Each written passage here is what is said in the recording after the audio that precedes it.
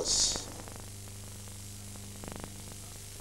The United Nations was now committed in principle to a Jewish state and an Arab state in a divided Palestine.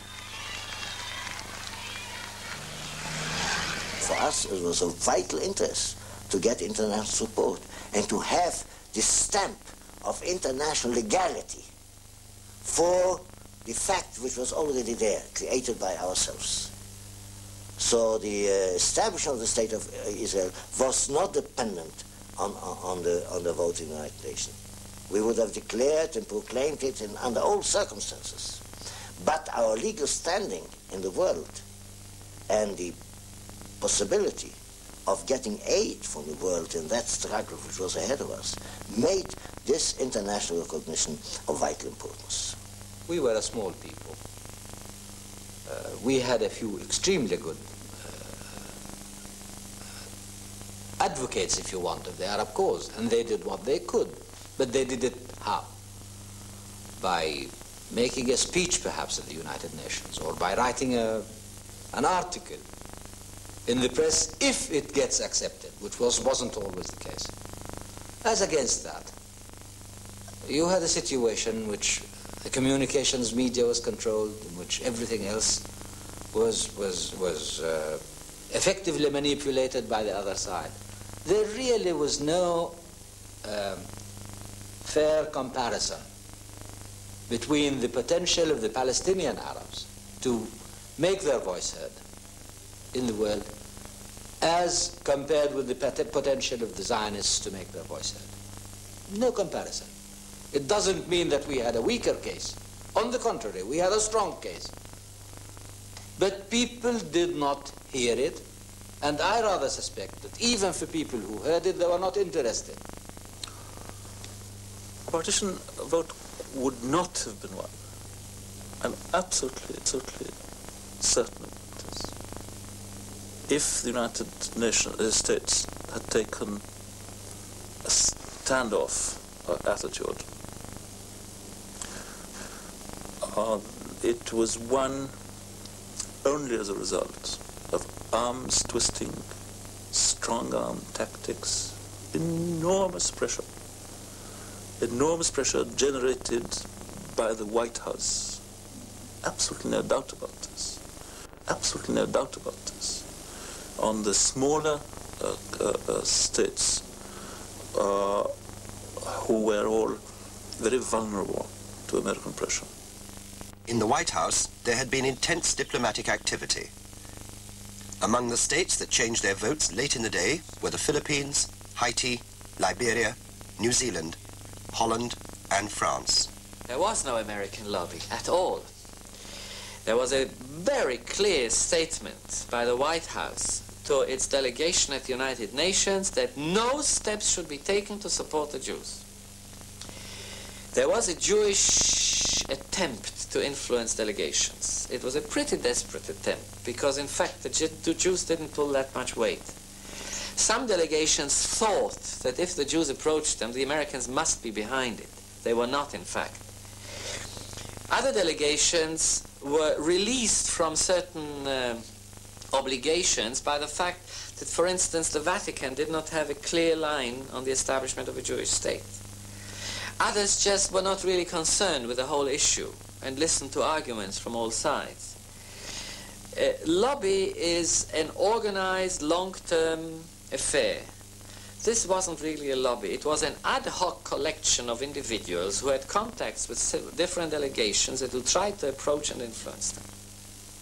How many votes do you think they swung?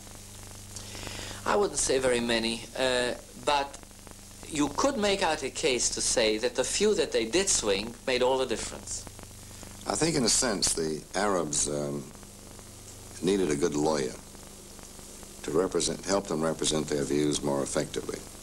See, the principal thing you had on both sides were two powerful feelings in direct opposition to each other.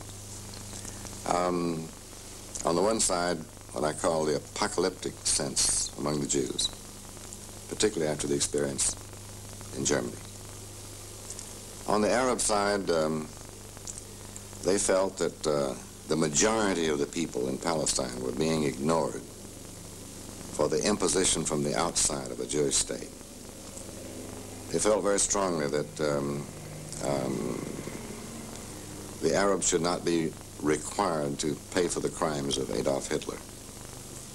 And they completely rejected the notion that somehow the books of Moses constitute a land title in the 20th century without regard to all of the intervening history. So it's very hard to describe the intensity of these feelings on both sides. It was an irresponsible resolution. We refused it. Russia, Britain, or the United States can't ask for half my land. Why should I give it to them? I don't owe them anything. We refused partition because it was unjust and unfair. The Arab world erupted in protest. There were demonstrations in Baghdad, seen here, Tripoli, and Beirut. In Aden, more than 80 Jews were killed.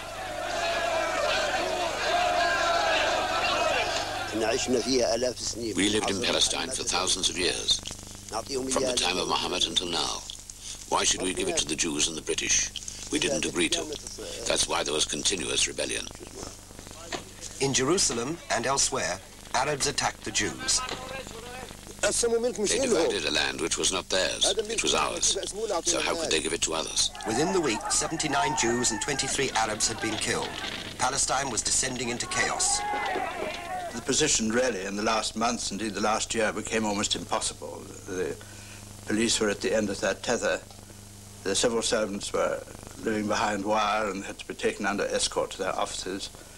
The local staff were in too much of a state of hysteria to come to their offices at all. I think in the last months, at least 9 government departments in Jerusalem were not even functioning, were not open, because no one came to them. Jews who in the past had worked happily with Arabs in the same department and Arabs with Jews were no longer prepared to meet one another or talk. And the position was really terrible, and continual acts of terrorism were going on throughout the country.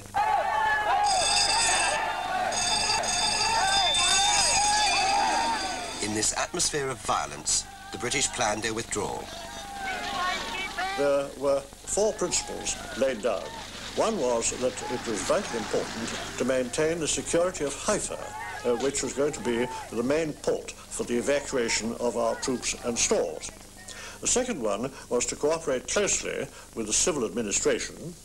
And the third one was to make quite sure that there was no interruption to our lines of communication, but were to Haifa or to Egypt. And the last one was we would have to stay in Jerusalem until the end of the mandate.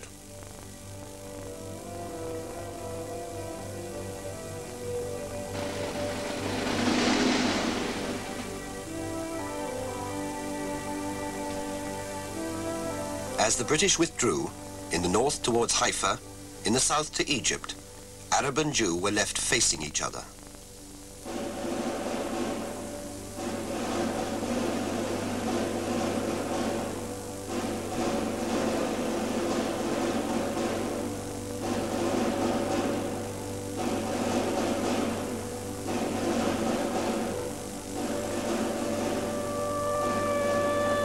A war between Arab and Jew now seemed inevitable.